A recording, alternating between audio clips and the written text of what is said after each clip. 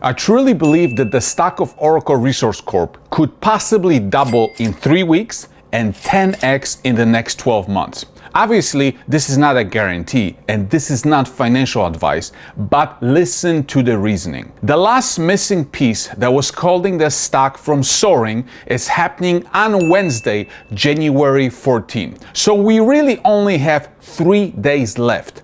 But investors are already anticipating it, placing bets ahead of time. On Friday, the stock price went up almost 20%. Why do I think that the stock of Oroco is about to go on a massive run in 2026? The simple answer is because the opportunity is now almost impossible to ignore.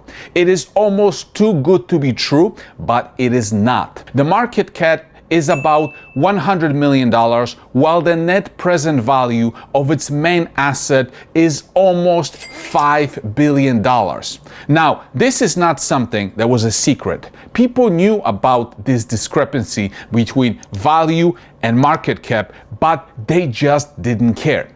Didn't care until now, because they now know that on Wednesday, January 14, the rocket will be on its way to the moon. Before you can truly understand what is going on with Oroco Resource Corp, you need to understand copper, the industrial metal. I think the supply side is, it's attractive to the point it's grotesque.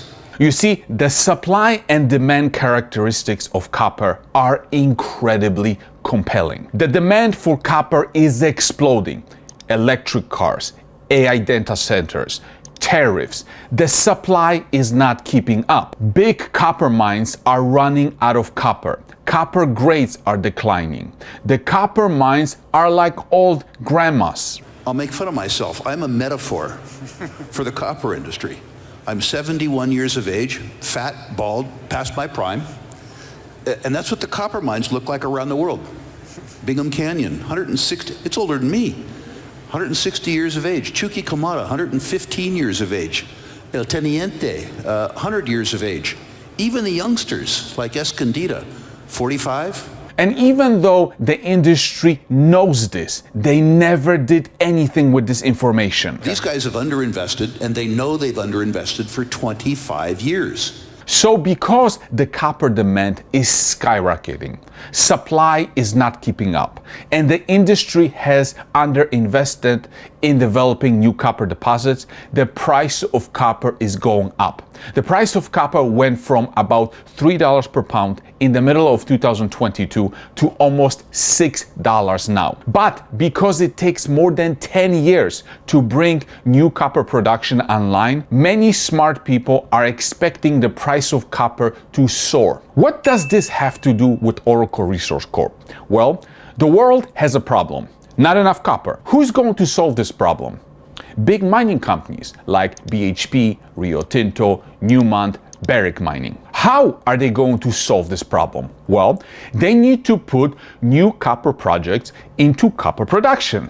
But in order to do that, they need to have copper deposits, copper projects that they can put into production. Do they have them?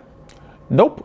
At least not enough of them. They are scrambling to get copper projects. In the mining space, there are 3 main types of mining companies: the producers, developers, and juniors, or exploration companies. Producers, as the name suggests, produce the metal: copper, gold, silver. They generate revenues and profits. Then there are developers. These guys put mines into productions. So huge capex, huge investments. And then you have the juniors or exploration companies. These guys don't generate any revenues. They discover deposits through drilling, and they define the project. In other words, they define the projects on paper. This is how much copper we have at this grade. This is how much this project will generate in revenues and profits. This is how much it will cost to put the project into production. This is where you hear terms like NPV, net present value, PEA, preliminary economic assessment, or feasibility studies. Many of the big mining companies rely on the juniors to provide them with interesting projects. They outsource the risk to the juniors. The big mining companies are not big risk takers. Juniors do all of the risk taking for them. So what ends up happening is that the big mining companies, the producers, buy prospective projects from the juniors for a lot of money, because at that point these projects are pretty much de-risked. And this is exactly where Oroco Resource Corp comes in handy. Oroco owns a project called Santa Tomas Copper Project that is located in Mexico. On August 20, 2024, Oroco published its PEA that revealed the project having an NPV, or net present value, of $1.5 billion.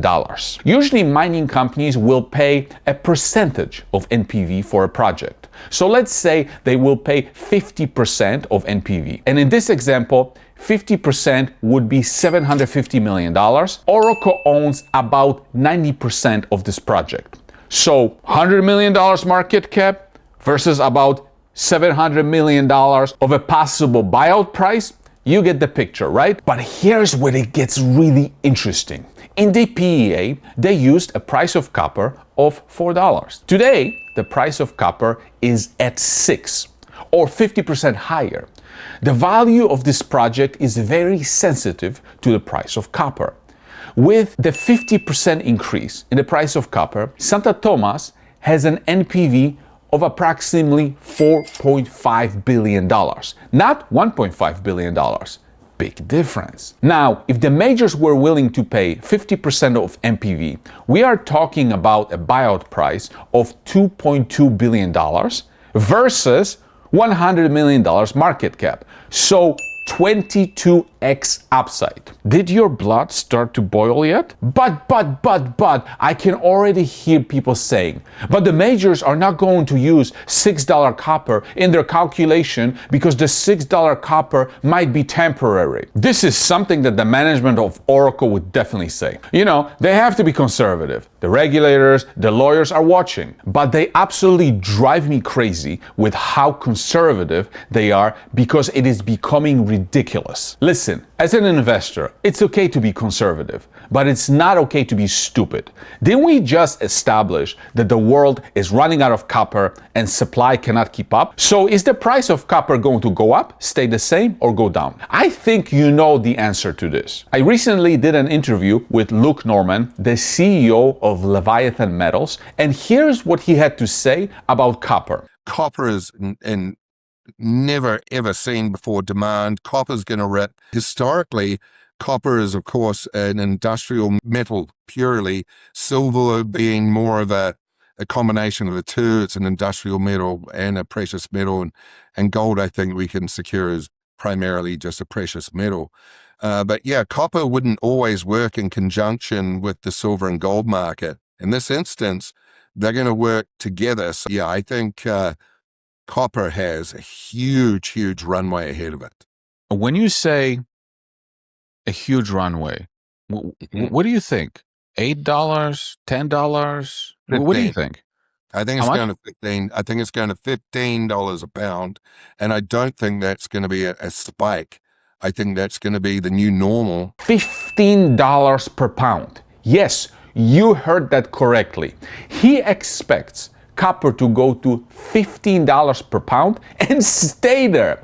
So if Santa Tomas project has an NPV of almost $5 billion with $6 copper, what is the NPV going to be with $15 copper? 15 billion? 20 billion? Do you now understand why I think Oroco's stock could double in 3 weeks, 10x in 12 months, and maybe even 50x in 24 months? But why Wednesday, January 14? Why is this date so important? You see, Oroco has had a horrible stock market performance over the last few years. This was mostly because of three things: political uncertainty, location of Sinaloa, and lack of money. Under the previous president, Mexico was viewed as uncertain towards open mining projects such as Santa Tomas Copper Project. Investors didn't believe that Santa Tomas was ever going to receive a permit. Then, the project's location in Sinaloa freaked investors out. You know, cartels, drugs, and violence. These two concerns were recently addressed and mitigated. The new president of Mexico, Claudia Sheinbaum, has a completely different attitude towards mining than the previous president of Mexico. In other words, the Mexican regulators, politicians want projects like Santa Tomas because of economic growth and job creation. Why do you like this project? What makes this project so special? First of all, because in the place that the project is. As I told you, Choice is the more undeveloped municipality in the state. So we need this kind of projects so that people can have different opportunities. Let me tell you something. Right now, as we speak, in Choice, in the whole municipality, there's only 800 formal jobs in the whole municipality. So this project, once it's gonna be a reality, they're gonna get 800 or 900, even 1,000 formal jobs once the project is released. So it's the difference for a lot of people, for many families, for a whole region, in favor of having better opportunities in their families. Also, Rubin Mochamoya, the governor of Sinaloa, in his Informe de Gobierno, included Santa Tomas on page 291 and 292 as a very important project for economic development of Sinaloa and part of Plan of Mexico and Plan of Sinaloa. On Wednesday, January 14, is the closing of Oroco's $20 million financing led by Canaccord Genuity. Before that, people didn't want to buy the stock of Oroco Resource Corp because the company didn't have the money to finish drilling the project to take it to the finish line, meaning getting it to a point where the project could finally be acquired by a major mining company. There was always the financing overhang, but Mexico uncertainty is gone. I don't care. They need the money. But Santa Tomas has been included in the Plan of Sinaloa and the Plan of Mexico. I don't care. They need the money. Now, finally, they have the money. Political uncertainty is gone. Sinaloa uncertainty is gone. Money uncertainty is gone. Well, to be more specific, on Wednesday, January 14, that money uncertainty will be gone. Now, we will have a clear path to the moon. Market cap, $100 million. NPV of $1.5 billion with outdated metal prices. NPV of almost $5 billion with current copper prices.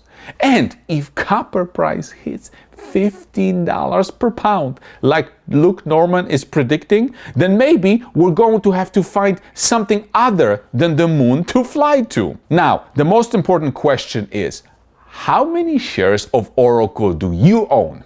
Thank you for watching.